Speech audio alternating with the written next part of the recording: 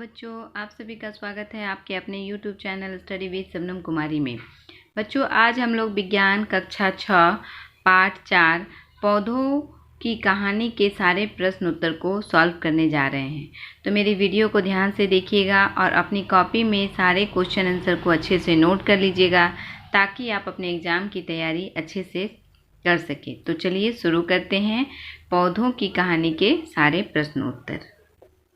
यहाँ पे हमारा दिया हुआ है अभ्यास। प्रश्न संख्या 1 में है, निम्नलिखित में से सही विकल्प का चयन कीजिए। बच्चों, यहाँ पे 1 नंबर में दिया हुआ है, निम्नलिखित में से कौन वृक्ष हैं।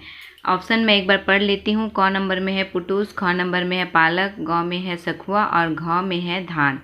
तो पुटूस, सखुआ, धान, पालक ये 4 ऑप्शन है और इसमें वृक्ष पूछा गया है। तो बच्चों, वृक्ष जो है ये ग आंसर हो जाएगा इसका, सखुआ। बाकी जो है पुटूस, पालक और धान ये पौधे की गिनती में आते हैं।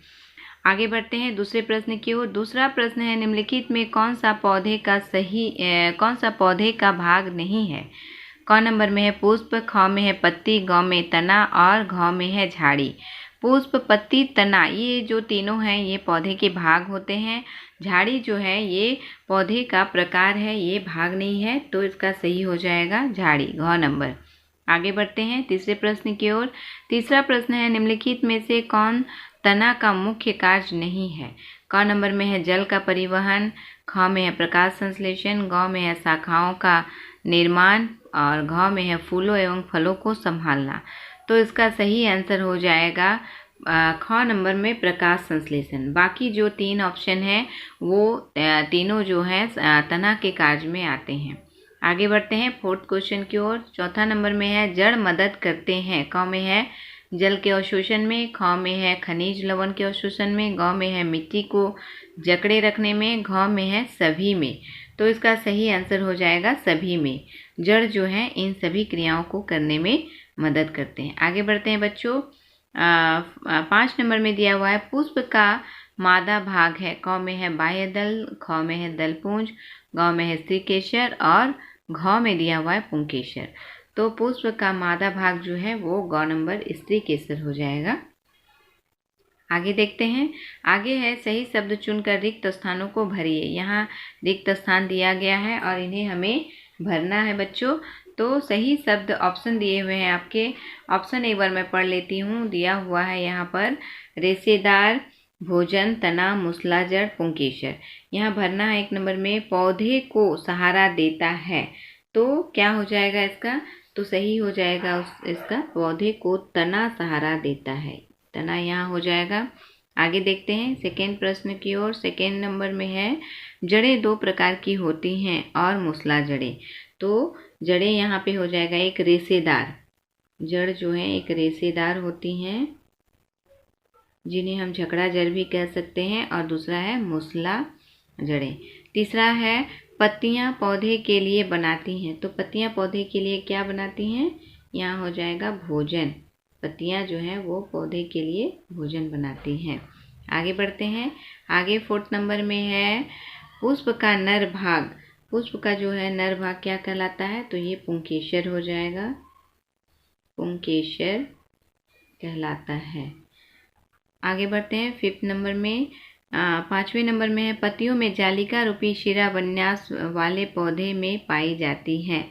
किस प्रकार वाले पौधे में पाई जाती हैं, तो जालिका रूपी शिरा विन्यास जो है वो मूसला जड़, इसका सही आंसर हो जाएगा मूसला जड़ में वाले पौधे जो होते हैं उनमें पाई जाती है। मूसला जड़ इसका हो जाएगा।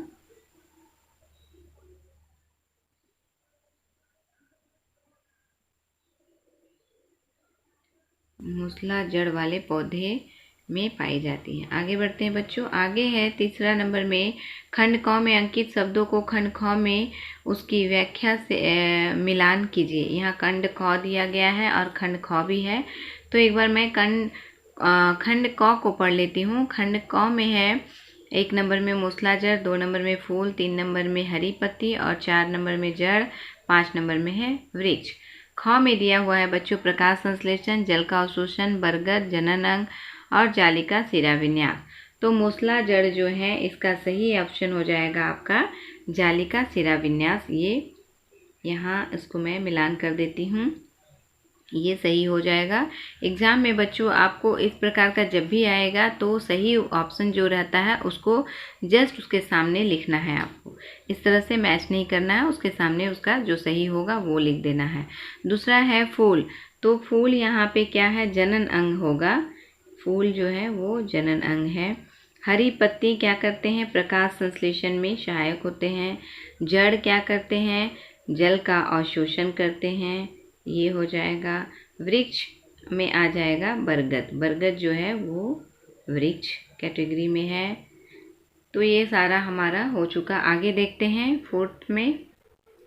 चौथा नंबर में दिया हुआ है बच्चों, निम्नलिखित में से सही के लिए टिक्का और गलत के लिए क्रॉस, गलत का चिन्ह लगाइए। पहला है पत्तियां पौधों को सीधा खड़ा रखती हैं, ये गलत हो जाएगा। पत्तियां नहीं रखती हैं, तना रखते हैं, तो यहाँ मैं क्रॉस कर देती हूँ। दूसरा है जड़ जल को पत्तियों तक पहुँचाती हैं, जड़ जो है जल को पत्तियों तक पहुँचाने का काम करती है, तो जड़ जो है ये सही है, पत्तियों तक पहुँचाती हैं। और तीसरा है तना तक पहुँचाती है, तना से फिर पत्तियों तक जाता है, तो ये सही होगा। तीसरा है परागकोश पुष्प के स्त्री केसर का एक भाग है, तो ये गलत है। ये स्त्री केसर का भाग नहीं है, ये पुंकेसर का भाग है। चौथा नंबर में है पुष्प के मध्य भाग में अंडाशय होता है, तो पुष्प के मध्य भाग में अंडाशय होता है, ये बिल्कुल सही है। फोर्थ नंबर में इसको मैं सही कर देती हूँ। आगे देखते हैं। आगे है हरी पत्तियों में क्लोरोफिल पाया जाता है, ये भी बिल्कुल सही है, हरी पत्तियों में क्लोरोफिल पाया जाता है। आगे बढ़ते हैं फिफ्थ क्वेश्चन की ओर। यहाँ 5वां नंबर में हमारा दिया है, निम्नलिखित प्रश्नों के उत्तर दीजिए। तो बच्चों ये जो प्रश्न है इनका उत्तर मैं कॉपी में आपको लिखी हुई हूँ, वो आपको दिखा रही हूँ, आप इसको अच्छे से नोट कर लीजिएगा।